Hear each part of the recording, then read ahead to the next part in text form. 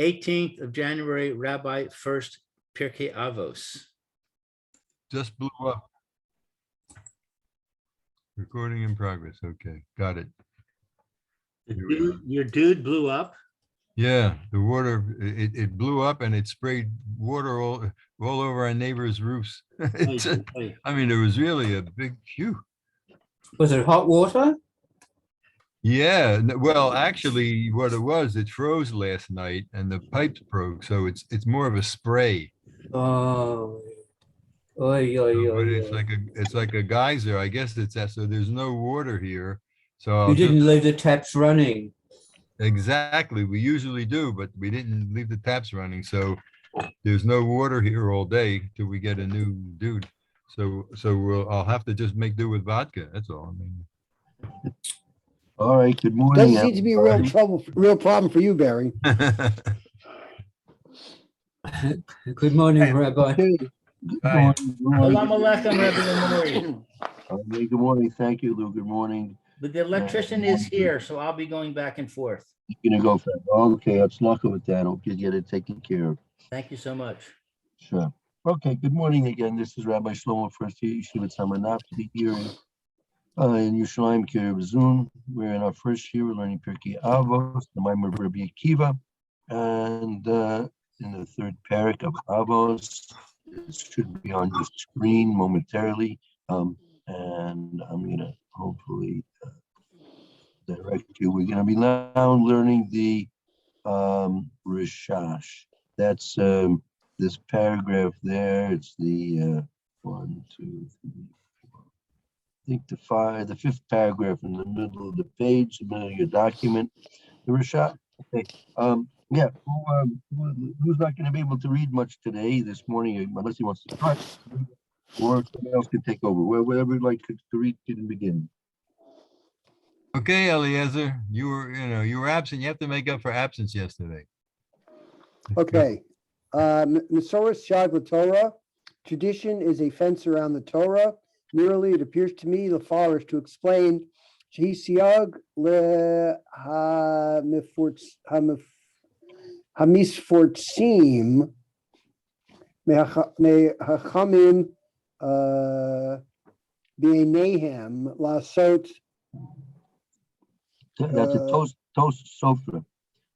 Specific coders. B'makom asher halashon dachok lefanim. U'perusho kepshuto. Okay, it appears to me. To explain. I want to explain. Okay. What does it mean? What does it mean? That Mesora is a style of Torah.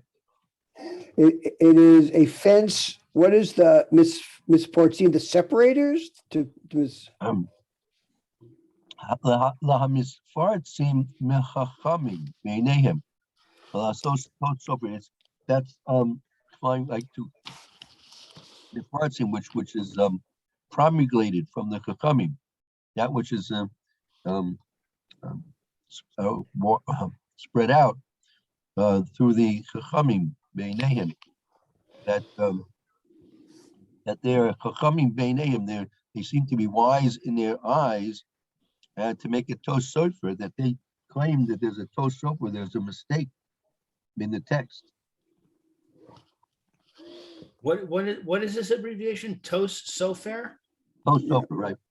Tos is a mistake by the sofer, by the scribe. Oh. So there are those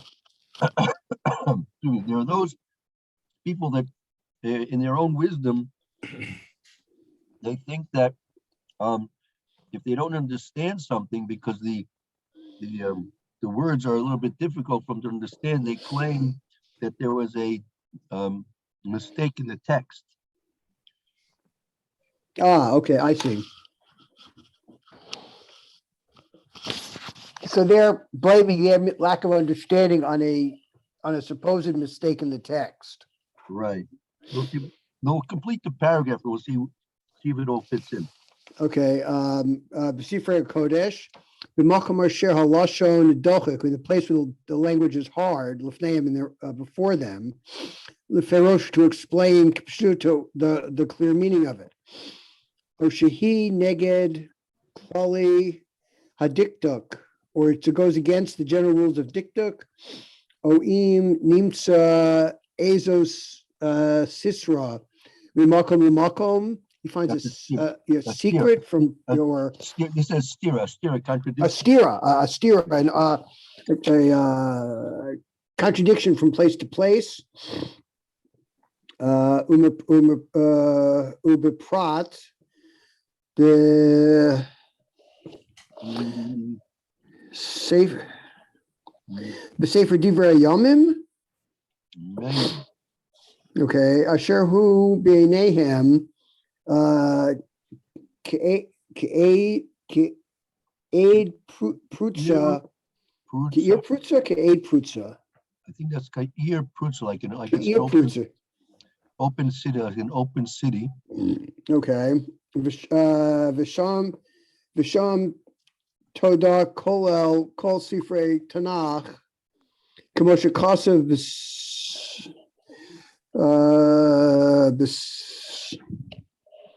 I'm not sure what this. B'siyata d'shmaya, he's going to say, is he's going to write B'siyata d'shmaya. Okay, B'siyata d'shmaya Moreno, Rabino, Medrash Rabin Noso, Perik Tes, Os Yud, Mhm. the Moed Cotton. Right, Okay, I mean, okay.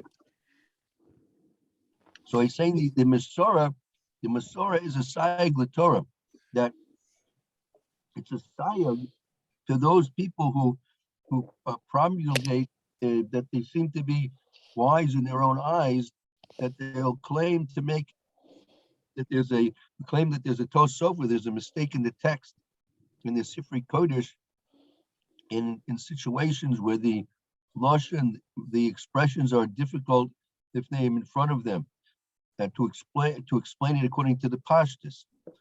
So rather than trying to delve more deeply into the actual meaning of what the words are, they'll sort of give up and just blame it on a tosofah and try and correct the text in a way that's more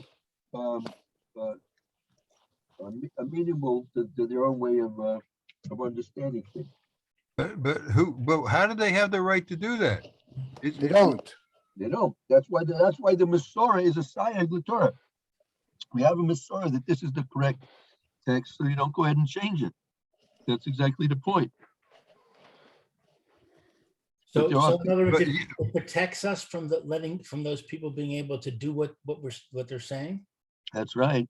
That's right. Since we have a Mesora, what it's supposed to be, so as difficult as it may be to understand, and even if it goes against the klali of diktuk, right? Or even if you find a contradiction from one place to the next, nevertheless, if that's the Mesora, then we have the Mesora to protect us from trying to make these changes. But that's actual changes in the text, Right. right? However, Or The- interpretations, Barry, or interpretations. or interpretations. Yeah. Okay, They interpret it incorrectly because the interpretation is the Mesora. And if they interpret it differently because they don't like the way, the Mesora went, because they say, oh, the word really means this, they're changing what things come out to mean. okay. Well, this is directly related to what we did on Friday. I think it was Friday about in the Chumash. We spent a lot of interesting time talking about what does the pasuk mean when Avimelech was gazing, et cetera, et cetera. So Sure. okay, so we came to this interpretation that he went up to the window and he peered in a crack, etc. And then I found in Hirsch and in the Yalkut Loas, the Yalkut Loas says straight out that Abimelech was looking from his own window down, and and Yitzhak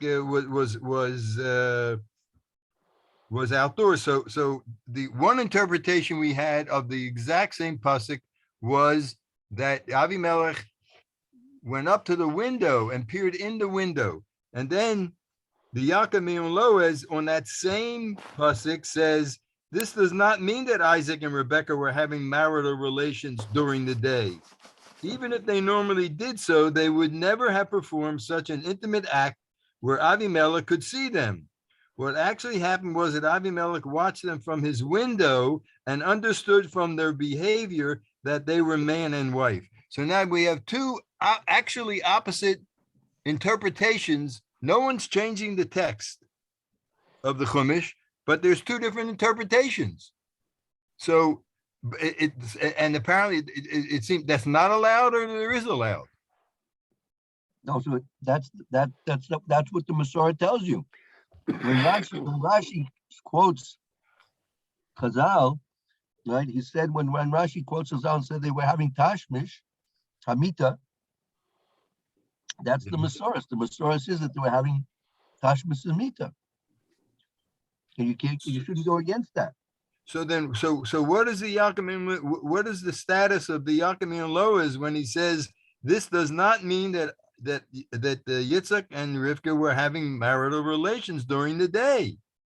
So Even if they normally did so, they would never have performed such an intimate act where Avimelech could see them. So he's so what? So we have to say that he's in error to say this. He can't say this. He's not learning like Rashi.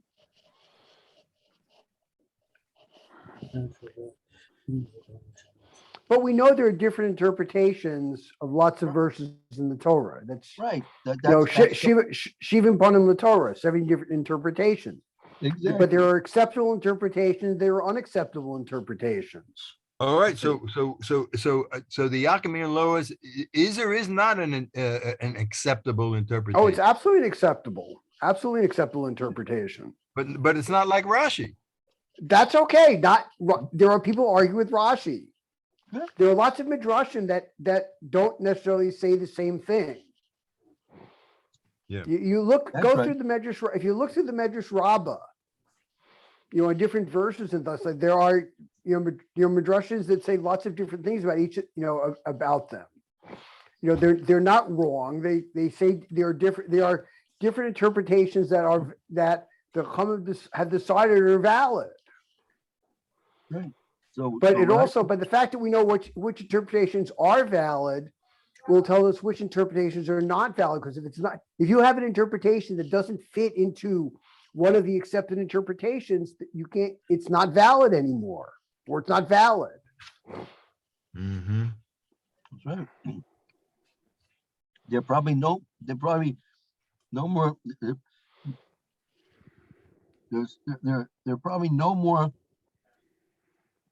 Svarim written on any given particular commentary, as many as there are in Rashi. There are many commentaries that go on to and speak about Rashi. They criticize Rashi, they defend Rashi, they bring down other, because Rashi, the greatness of Rashi was that he sifted through all the various different midrashim and Maimari, Chazal, Gemoras, and he chose those which fit according to the way he understood things, the most pashut understanding of the psukim. Many times, other commentators will say other explanations, but they may be even more difficult than the Rashi's explanation. But as it's to be mentioned, Shivim Panim with Torah, that as long as it's coming from a valid source, that's within the context of the Mesora. So that's valid.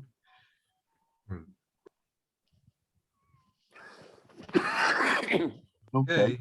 So when we were talking about Friday, both interpretations are acceptable. The one that he peered through the window, etc., and the one where he's looking out his own window down, sees them in the garden or whatever. Yeah. Okay. right? Okay, very good. Now let's see this is the Derek Chaim Avos. This is Maral Mitrag. Okay, Lakach Omer Mesora Siag Torah. And from there we say that the Mesora is a fence for the Torah.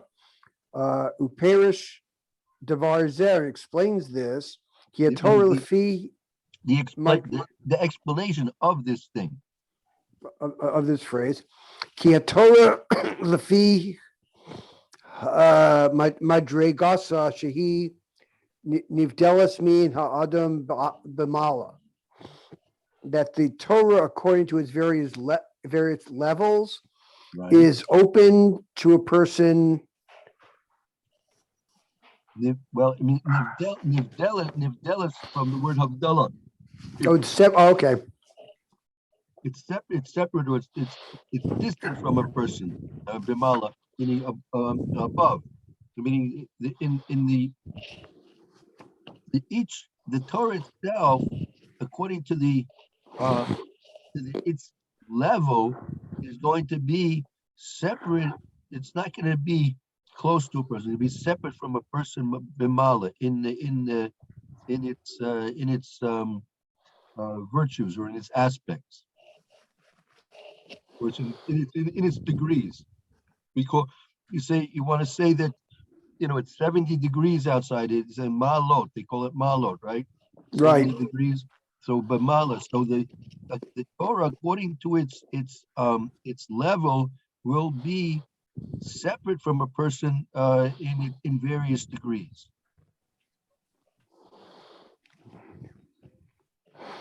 Ein Kinyan Lo Rak Al Yadei Hasimin. He doesn't accept it or receive it except through the sign Ubavadai Hasimanim Haim HaMesora, and these signs are the Mesora that are passed down. Shem Al HaTorah B'Mesora, because these are they're on the Torah, the Mesora, Kama V'Kama Simanim. And this tradition, the Mesora has many signs. There was a lot of repetition there, and I don't understand what he was trying to say. Okay, let's look at it one more time. Ein Kinyan, a person can't acquire the Torah. Since the Torah is separate from a person according to the degrees of what that particular Torah is from the person, you can't acquire it. Rak ayidei hasimon, you can't acquire it except through a simon, meaning a simon is like a intermediary, like it's something which is a go-between. Okay. No? That means you need a Rebbe. Exactly. Yeah. Oh, very good.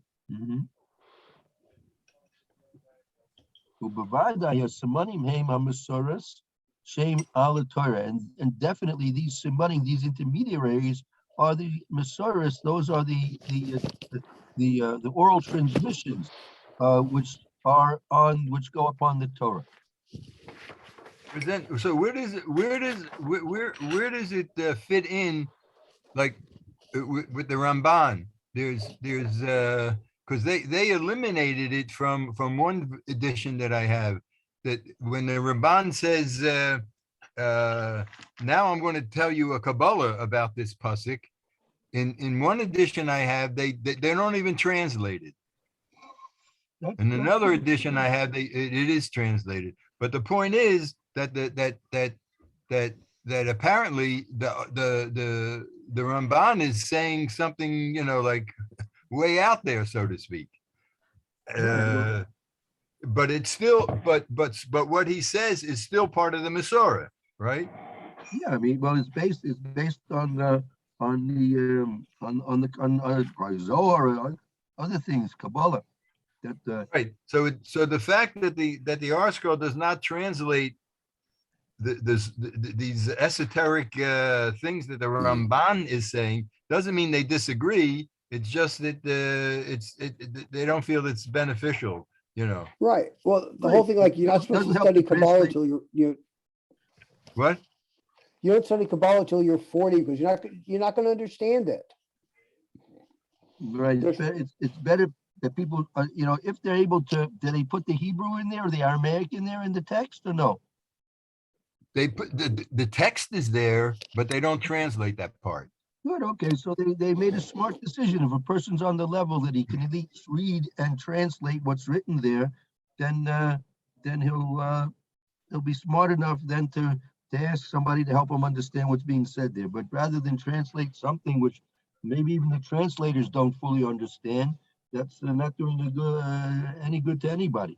Yeah. You know, I'll tell you, to be honest, the edition that I have that does translate the esoteric Zohar stuff, and I read it, it doesn't seem so esoteric. You understand? Because I don't get it. In other words, it just seems like a further explanation, but there's some deeper, there's some deeper meaning there that you Obviously, that you need someone to explain it to you, sure.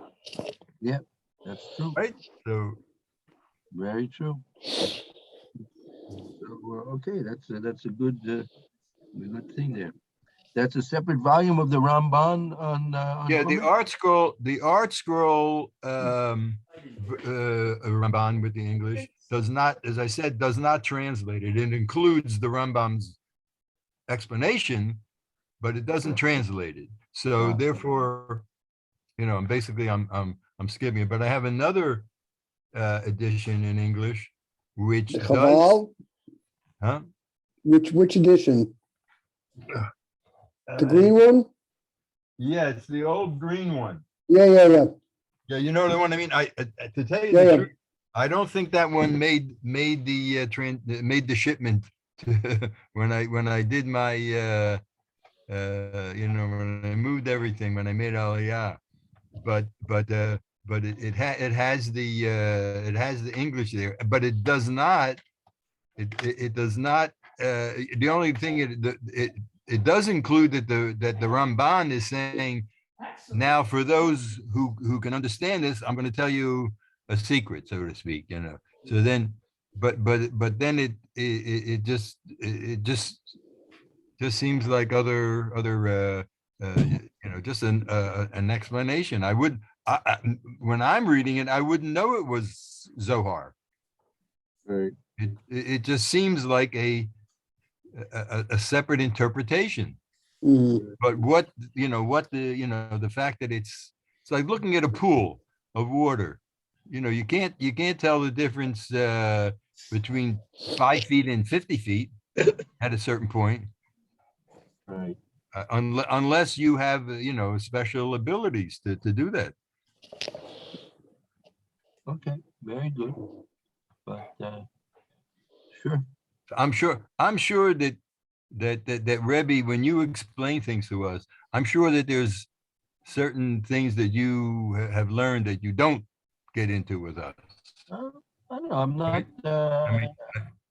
I don't know. I'm not. I don't take things so deeply. Whatever. I just try and hopefully make things understood. Right. Well, you wouldn't tell us anyway, right? Don't worry. I haven't gone too far into those realms. Don't worry about it. Okay. It's hard enough to figure out halacha in Pashut Pshat and Chumash. So Yeah. I'm satisfied with that. Yeah. Okay, let's continue on a bit. We have time. Sure. Okay. Rashi Perush, Rashi explains there, Simonim Shmuos. Shmuz. That's basically Torah Shabbal Peh. Oh, okay. That's basically, see, Rashi says Simonim are basically is the Torah Shabbal Peh. Nakat Milsa, the Shayak for Torah Shabbat Peh. He pulls out relevant pieces from Torah Shabbat Peh. Ubahach mission in this mission, Nakat Mesora Shehus Shaykh al Torah Sav. And in this Mishnah, he chooses traditions that are relevant to the written Torah.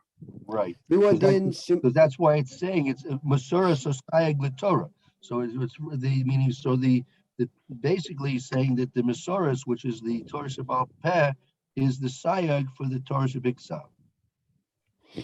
Duodin Simone Shmuos Haim Gam Kain Simonim Latorah Shabbat Peh. And these the simonim that these people bring or these people use are also help us understand Torah Shabbat Peh. Klal Adav, the general rule is Shah Torah Ein Law Mitzias Gomar Eitzel Ha'adam. A person can't understand it completely.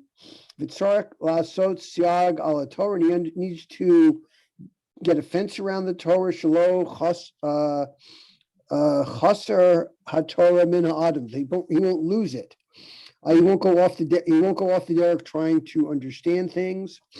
So let's just look at this phrase again, the sense again. Klaus Shadavar, the general principle is Shatorah Ein Law Metzias Gomer Etzla Adam.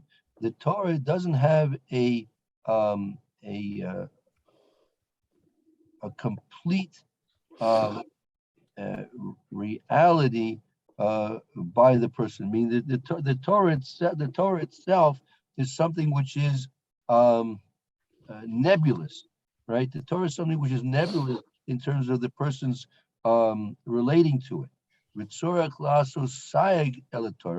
And since it's something which is nebulous, it's not a Metzias Gomer, it's a nebulous thing in relation to the person. The person, there has to be a sayag to the Torah. There has to be a boundary, a limitation of the Torah.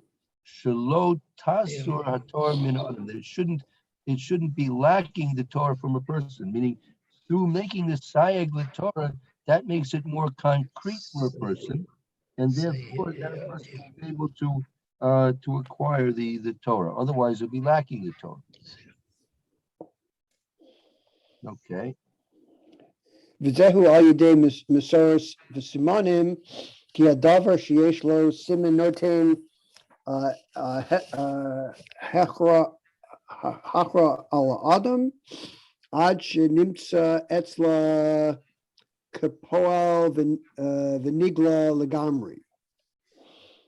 Okay. All right. So again, so therefore, al yedei the Mesoras and simonim through the traditions and the Torah Shabbat Peh, ki hadavar yesh lo siman. It's going. This is going to be the sayag that a person won't be lacking Torah is going to come about through the traditions and the Torah Shabbat Peh, because ki hadavar yesh lo siman, for something which has a siman, noisem hakara ela adam. It'll make itself An impression. known and recognizable to a person. I mean, it becomes more concrete. Once you have this money, it becomes more concrete. Mhm.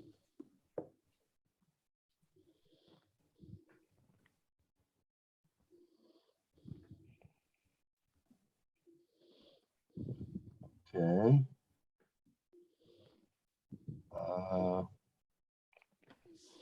Isn't there in the Gemara they related a situation where some of the Talmidim misunderstood what the Rebbe was saying, and they went out and they did things that were very usser. I don't know. I Yep. forget. You know what Yeah, I know the story. I can't remember Yeah. the exact location. I remember the story. you remember? Yeah. So they got it wrong, and then they thought certain things were permissible, and they really ruined their lives. Hmm. It could be good by I can't remember, Eliezer, maybe it'll come to you later, but I can't Yeah. remember either what the circumstances were, but there was three Talmidim, and each one of the three misunderstood, and they went out. One of them founded a different religion or something, something like on that order. Yeah. Right. Okay. Does Rabbi Furst remember anything in the Gemara that story? You might be thinking about the, let's see, in the the Mishnayos, it mentions about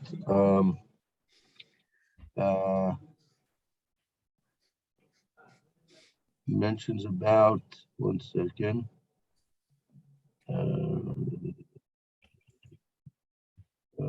He went into a pardes. That's So that's a something different one. else. That's something else. That's something else. Shops of Italian could be that could be by Shammai and Avtalion. Could be Shammai and Avtalion.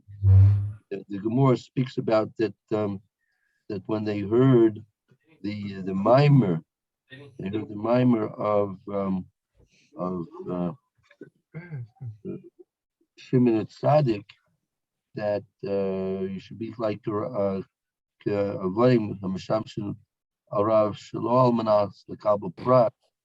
They misunderstood what he meant, and the Gemara explains how they both, in their own misunderstandings, it was not really they so much, but it was their Talmidim that went off in various different ways. Shami and Avtalion could be.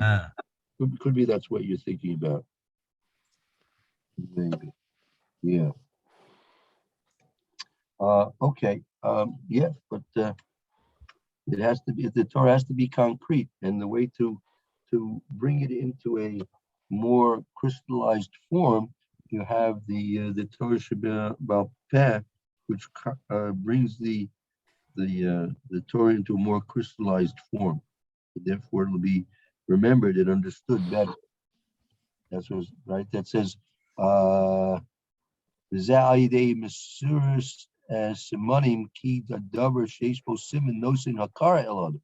a thing which has a siman, right? It has some type of a emphasis, is given better over to the person's hakara, his understanding of it. Ad shinimtza etzlo b'poil, it becomes actually active within the person. When nigla lagamri love, and it becomes completely clear. Okay, I guess we can start the next. Let's start the next paragraph. Velosha yeah bekach al hachma rak bepoel lagamri. The koach. It should not be the strength of the wisdom. It says, but veloshia bekoyach elachach. I mean, it's not going to be bekoyach means potential. It's not simply in potential. Is that Ella instead of El? Right. Ella. No, it's rak bepoel lagamri. Right. It's shaloya bekoyach elachach. It's not going to be simply a potential of wisdom. Rak. It's up to you. It has to be completely realized. It has to be actualized. Poilagami has to be completely actualized. Vinchark ala Adam his bonunos. Gadol al ad yizkar haTorah, and if a person puts a lot of effort into learning until he remembers the Torah, lo nimtza etzlo haTorah kapoel. The Torah will not be like next to him like an occupation. L'kach tzorchi lo simone shal yidei zeh goli lefonav haTorah. Because of doing it this way, then you have somebody to train him, then the Torah will become revealed to him. The Torah etzlo kapoel kediksiv sima bifihem. It should be placed in your mouths. You know, the Torah will become actualized. There'll be a reality to the Torah in physical terms, as it says. It'll be placed into your mouths. It'll be in your mouths. I mean, it's simply if something is not really understood, right? So it simply remains in the realm of of thought, meaning a person can think in thought, right? Rav Chaim Volozhiner, the Talmud Muvak of the Vilna Gaon, explains that the tongue is the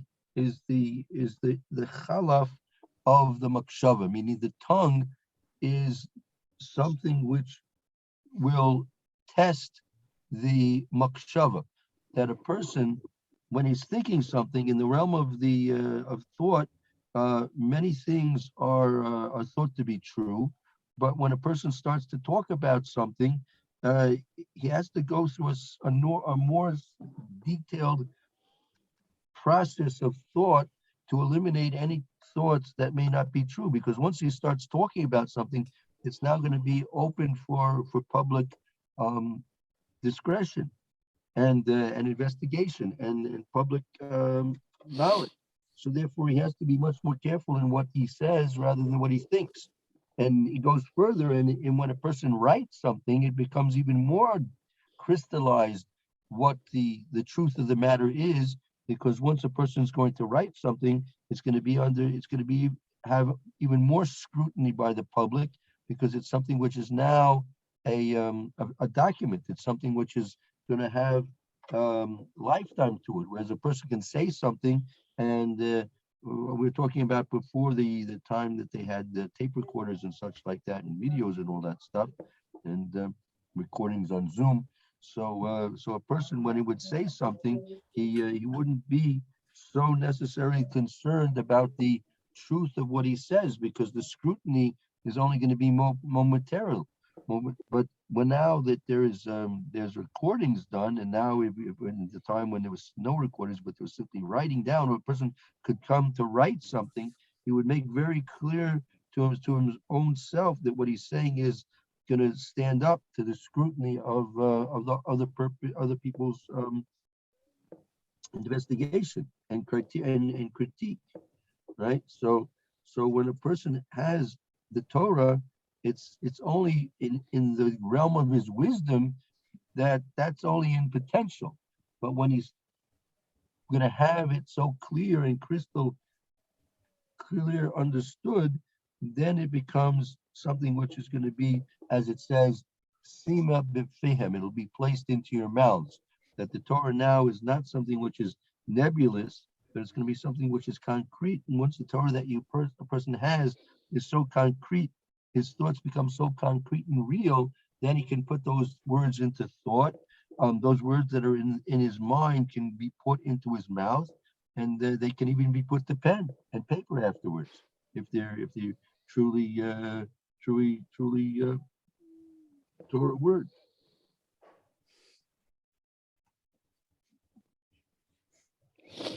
Okay, continue. Yeah.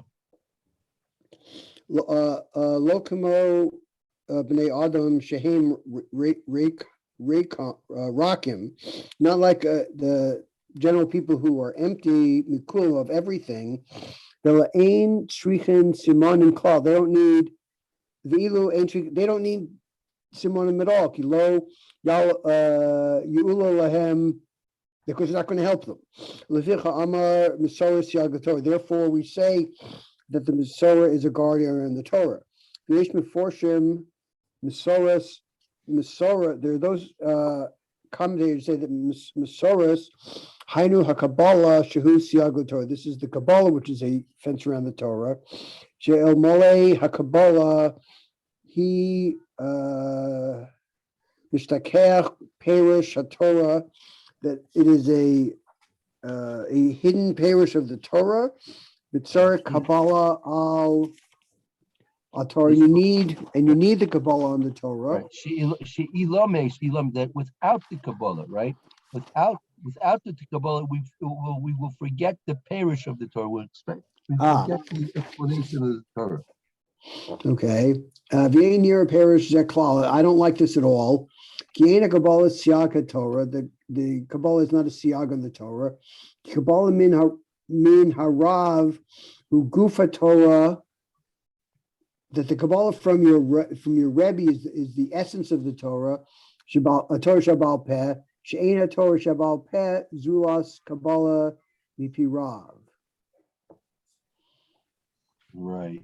So the Maral is not in favor of this explanation that the Shaykh is the Kabbalah, because that without the Kabbalah, the explanation of Torah will be forgotten, and it needs therefore a Kabbalah for the Torah. Ain't a near a doesn't seem to be this. This is the explanation at all. Why ain't a Kabbalah Shaykh the Torah? The Kabbalah is not a Shaykh. You can't say that the Kabbalah is a Shaykh the Torah, because Kabbalah he mirav, the Kabbalah is being received from the disciples Rav, his teacher. Zagufa Torah Shabbat. That is in the essence of what Torah Shabbat is. She'ain Torah Shabbat Zulas Kabbalah's Mipi Rav. That the Torah Shabbat is taking place specifically through the Kabbalah the person receives from his Rav. So there's the two explanations we have here. The Kabbalah, as the Maral seems to be objecting to, that someone explained this Mishnah is being referring to the Sayag. The Kabbalah is not the Sayag that this Mishnah is talking about, is not referring to the Kabbalah of Talmud from the Rav. That really is something which is private and individual. The Kabbalah Mipi Rav, whereas the Sayag of the Simanim, those are the things which are in general. They're also transmitted Torah Shabbat Peh, but it's Torah Shabbat Peh. It's different than the Kabbalah that a person receives from his Rav. That's a personal Kabbalah that a person has from the Rav to the Talmud. But the Simanim, that's the general Torah Shabbat Peh that we have, which are from Chazal. So you have Chazal. That's one thing. That's one form of transmission from one generation to the next. From the oral tradition has passed down from one generation to the next, from the Gemara and onward. And then you have the personal transmission of the Torah from a Rebbe to his personal Talmud, which is something else. That's not being referred to over here as being the Sayag Torah. That is not a Sayag Torah. The Torah Shabbat Peh is the Sayag Torah, but the personal relationship and learning that takes place between a Talmud and his Rebbe, that is something personal, and that's not the what we refer to as the Sayag Torah. Okay, is that pretty good? Is that pretty clear? Not really to me. I missed a lot, so maybe there's a gap. But to me, the Kabbalah from the Rebbe, that is the oral Torah. So it seems like we're saying the oral Torah is the fence, but it's not the fence. So again, the according to the Maral, the oral Torah Shabbat Peh, right? Torah Shabbat Peh, meaning basically the Talmud. That's basically the Sayag Torah, okay? But that's something completely different. That between the learning that goes on between any particular Rebbe and his Talmud, that goes beyond the simple Torah Shabbat Peh. That the Torah Shabbat Peh is basically the Sayag to the Torah itself. But what goes on between the Talmud and the Rebbe, and the Talmud, that's not a Sayag the Torah. That's a particular transmission. That's what we call the Kabbalah of a Rav giving his Talmud or Talmidim specific Torah, which is based upon the needs and the abilities of the Talmidim, right? So Torah Shabbat is defined by the Torah Shabbat Peh, but then you have the organic relationship between a Talmud and a Rav. And that's something else. That's something completely different than Torah Shabbat Baal Peh. Is that similar to Yaakov and Yosef? That Yosef was that Yaakov was turning over to Yosef, some higher level learning than the other brothers, and that's what the jealousy was about. Could be. Yeah, that could be. Each Talmud, according to who and what the Talmud is, will receive different things from the same Rav. The same Rav could have many different Talmudim, and each Talmud may receive different things from the same Rav, right? But that you can't say that about Torah Baal Peh. Torah Baal Peh is something which is transmitted from the oral Torah, and that's given over equally to all Talmudim. So the Yeah. idea of the fence is that it protects us from making errors and going off the true track when we're learning Torah. Right. So the oral Torah serves that role because it specifies all kinds of different signs, signs, like letters that are missing, letters that are added, was given as an example, to keep us from making those mistakes. Correct. Right. But wouldn't you say that the relationship between a Talmud and his Rebbe would also serve a similar function? Perhaps more, it would serve more than that, but part of it, I would think, would be that it keeps the Talmud, the relationship he has with his Rebbe, keeps him grounded, keeps him focused, so that he's not going to use his own seichel, and say, okay, I have a different interpretation. He's going to go back and double check it with his Rebbe, and his Rebbe tells him, no, you're going off. Don't think that. That's not correct. Isn't that also a siag? That can be part of what the Rebbe will be doing, but that's not necessarily what's included in what the Maral is referring to as Kabbalah. The Kabbalah that the Maral is referring to is the transmission of Torah that takes place on a personal level between the Rav and the Talmud. It could, in certain aspects, be a sayag, depending on what. Correct. He's correcting the Talmud for making a mistake, so that's going to be a fence as well. But that's not the fence of the Torah. That's just a fence to guard the Talmud from going off into making mistakes. I heard a lecture that the person actually, it was a debate between an Orthodox Rav and a leader of a Christian group. No, he was a scientist actually, and this Rav said the following. He said they were talking about the truth of the Torah, and the Rav said that all of the events in the Torah that were beyond nature, like the splitting of the Yam Suf and things like that, blood turning to water, all those events related in the Torah are not actually true. They have to be understood. They have to be learned. You can't. He said you can't take literally what the Torah says. Anyway. Yeah. No, it seemed to me that was like heresy.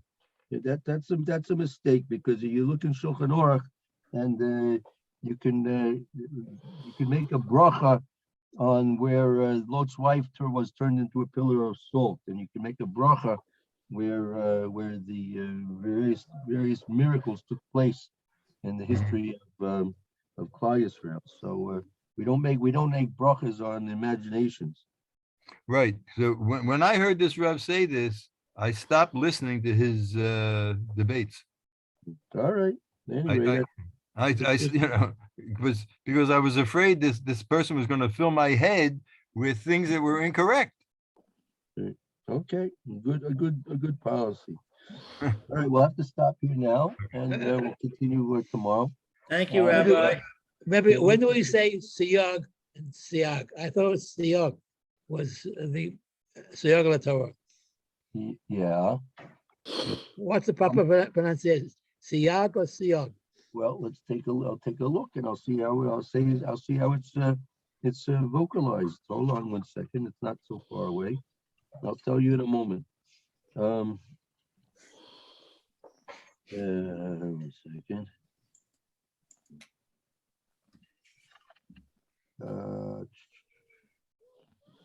It's Samech Yud with a comet. Sayag. Samech Yud with a comet. And how is that pronounced? Comets or Sayag. Siyag. Siyag of the Torah. Yeah. Okay. That's the way I learned it, siyag of the Torah. Thank you. Bye-bye. Right, so Be well. Have a good day, Have a good Roy. afternoon. We'll see you Bye-bye. Okay, tomorrow. Roy, be well. Be Are coming we back on in a a few break? minutes.